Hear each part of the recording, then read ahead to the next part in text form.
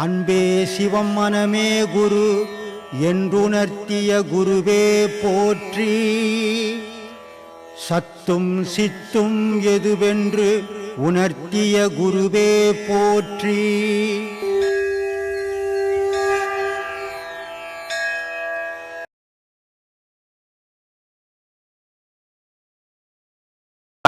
சன்னியாசம் போறவங்க எப்படியெல்லாம் இருக்கணும் அப்படின்றத சொல்லிட்டீங்க.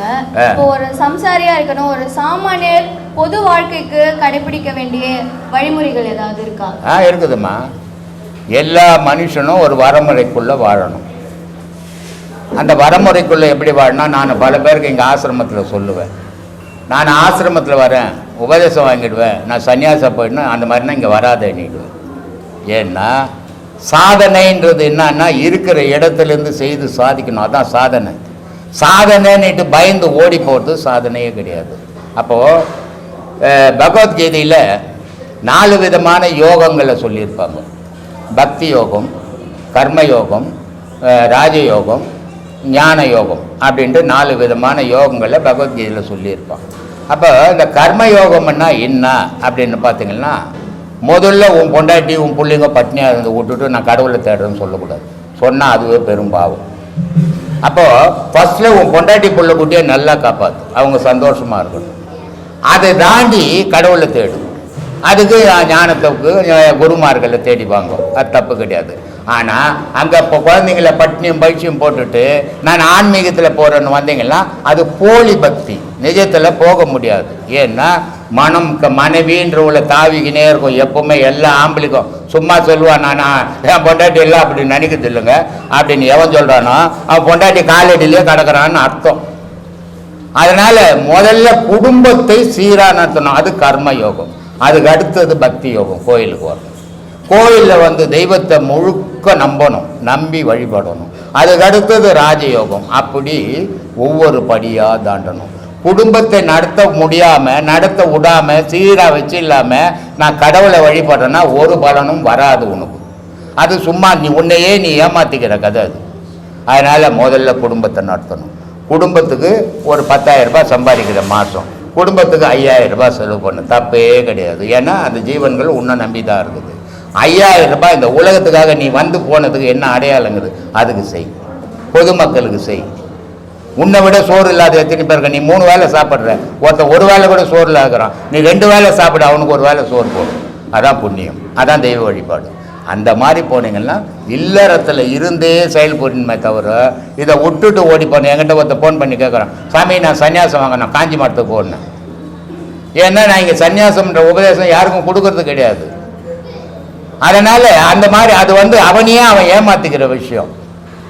அப்படிலாம் இருக்கக்கூடாது. நல்லா குடும்பத்தை காப்பாற்றுங்க. குடும்பம் நீ தெய்வ வழிபாடு குடும்பத்திலேருந்து படும்போது அந்த உன் வம்சமும் தெய்வ வழிபாட்டுக்கு வரும். கெட்டு போகிறதுக்கு வாய்ப்பு கிடைக்காது.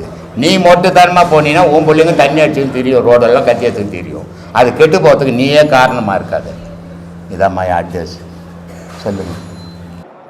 ஒரு மனிதன் தன் வாழ்க்கையில் உறவாடக்கூடிய உறவுகளில் எது சிறந்த சாமி? தெய்வம். தெய்வமா இல்லை மனிதர்களா? தெய்வம். தெய்வம். மனிதர்கிட்ட தான் தெய்வம் இருக்குது இல்லையா? பல வீடியோக்களில் சொல்லுவோம். ஆமாம், மனிதனுக்குள்ளே தான் தெய்வம் இருக்குது. அந்த தெய்வ உறவு மனித உறவு எப்படி இருக்கணும்னா உண்மையான உறவாக இருக்கும். அதுதான் தெய்வ உறவு.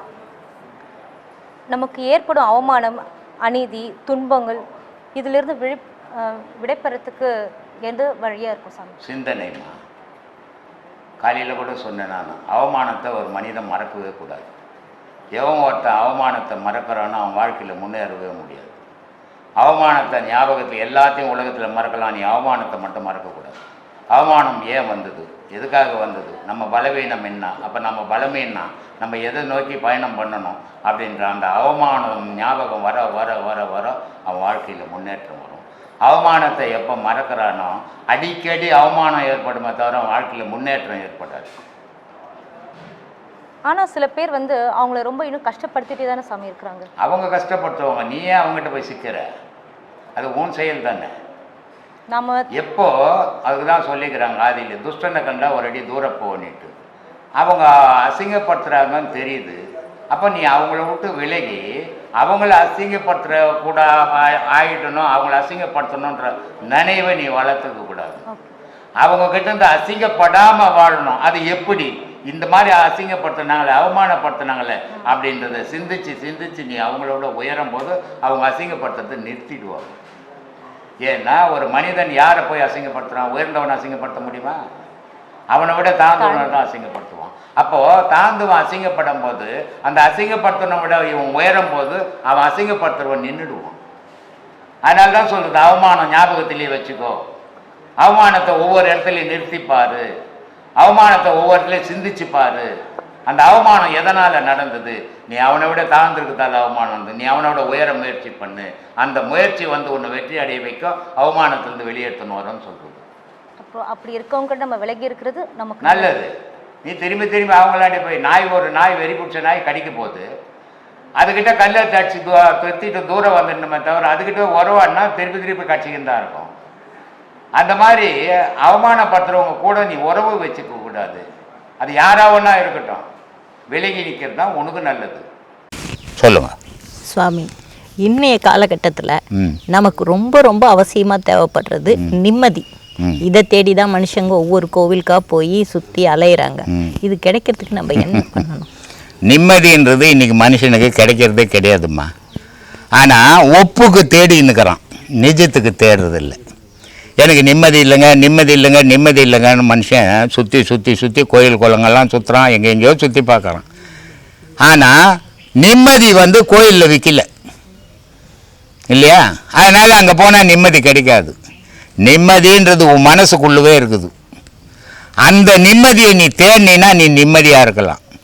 நிம்மதின்றது என்னன்னா, பற்று இல்லாமல் இருந்தீன்னா நீ நிம்மதியாக இருக்கலாம். எல்லாத்து மேலேயும் பற்றை வச்சுக்கினா நிம்மதியை இழந்துடுவேன். இப்போ ஒரு பதவியிலேயே நான் இருந்து பழக்கப்பட்டுட்டேன். இப்போ எனக்கு பதவி போச்சு. பதவி எப்போ போச்சோ அப்போவே என் நிம்மதி போச்சு. அப்போ எனக்கு என்ன வேணும்? நிம்மதி ஒன்றா பதவி வேணும். என்கிட்ட பணம் இருந்தது, பணம் இருக்கிற வரைக்கும் நான் நிம்மதியாக இருந்தேன். என்கிட்ட இருந்து பணம் போயிடுச்சு, நான் நிம்மதியை இழந்துட்டேன். அப்போது நிம்மதின்றதை வெளியே தேடுற வரைக்கும் அவனுக்கு கிடைக்காது. அவன் மனசுக்குள்ளே தேடணும் நிம்மதி. நிம்மதி எது இருக்குது போதும் அப்படி நினச்சிட்டான்னா நிம்மதி. ஆனால் உலகம் ஃபுல்லாக தேடுறவனுக்கு நிம்மதி எப்பவுமே கிடைக்காதுமா. சுவாமி, ஒரு சிலர் வீட்டுங்களில் நிறைய அசம்பாவிதங்கள் நடக்கும், அதனால அவங்களுக்கு மனக்கவலையாகவே இருக்கும். ஒரு ஜோசியர் வந்து சொல்கிறாரு, இந்த வாஸ்துக்கு இந்த விநாயகர் வச்சா நல்லது அப்படி இப்படின்னு. அது வச்சாதான் சரியாகுமா, இல்லை அது நம்மளோட மனப்பிரமையா? எனக்கு எங்கேயும் வச்சு சரியாக இருந்தால் தெரியலம்மா. அதுக்கு தான் சொல்கிறது, உன் விதி என்னாவோ. இப்போ எந்த விநாயகரும் வைக்காத குழப்பம் இல்லாத எத்தனை பேர் வாழறான் சொல்லு. அப்போ விநாயகர் அவங்க வீட்டில் போய் குழப்பம் இல்லாத இருன்னு சொல்லிட்டு வந்தாரா? இவங்க வீட்டில் ஒரு கல் எடுத்து போய் வச்சுட்டின்னா அது குழப்பம் தீர்த்துருமா? குழப்பம்ன்றது உனக்குள்ளகுது. இந்த குழப்பம் ஏன் ஏற்படுது, எதுக்காக ஏற்படுது, அது காரணத்தை அறிஞ்சிட்டின்னா நிம்மதியாக இருக்கலாம், சந்தோஷமாக இருக்கலாம். பிள்ளையார் வந்து மதியம் பண்ணி வைக்க மாட்டார். இது வந்து வாஸ்துன்ற பேரில் அவன் பொழப்பு தொழில் பண்ணுறான். இதுக்கு அடிமை நீ ஆகிட்ட. அதனால் கொடுத்துட்டு வச்சுக்கோ 2 பிள்ளையாரை. அப்போது அது நிம்மதியாக இருந்தீங்கன்னா சந்தோஷம் தானே. பிள்ளையார் வந்தார் சந்தோஷமாகறான்னா அந்த சந்தோஷம் நல்லாயிருக்கும். ஏதாலும் உன் விதி என்னவோ அதுபடி தான் உன் வாழ்க்கை, அதை யாரும் தடுக்க முடியாது. இப்போ தானே சொன்னேன் என் பிள்ளைங்க இந்த மாதிரி என்ன வச்சுருக்குறாங்கன்ட்டு. இதுக்கு காரணம் என்ன? உன் விதி. இதே டாக்டருங்க எத்தனையோ பேர் தாய் தப்புனை விட்டுட்டு உட்காந்துக்கிறாங்க, அது அவங்க விதி. விதியை யாராலையும் மாற்றவே முடியாது இறைவனை தவிர. மாத்திரைன்னா என்ன மாற்றம்? மாத்திரை ஆரோக்கியத்துக்கு போடுற ஒரு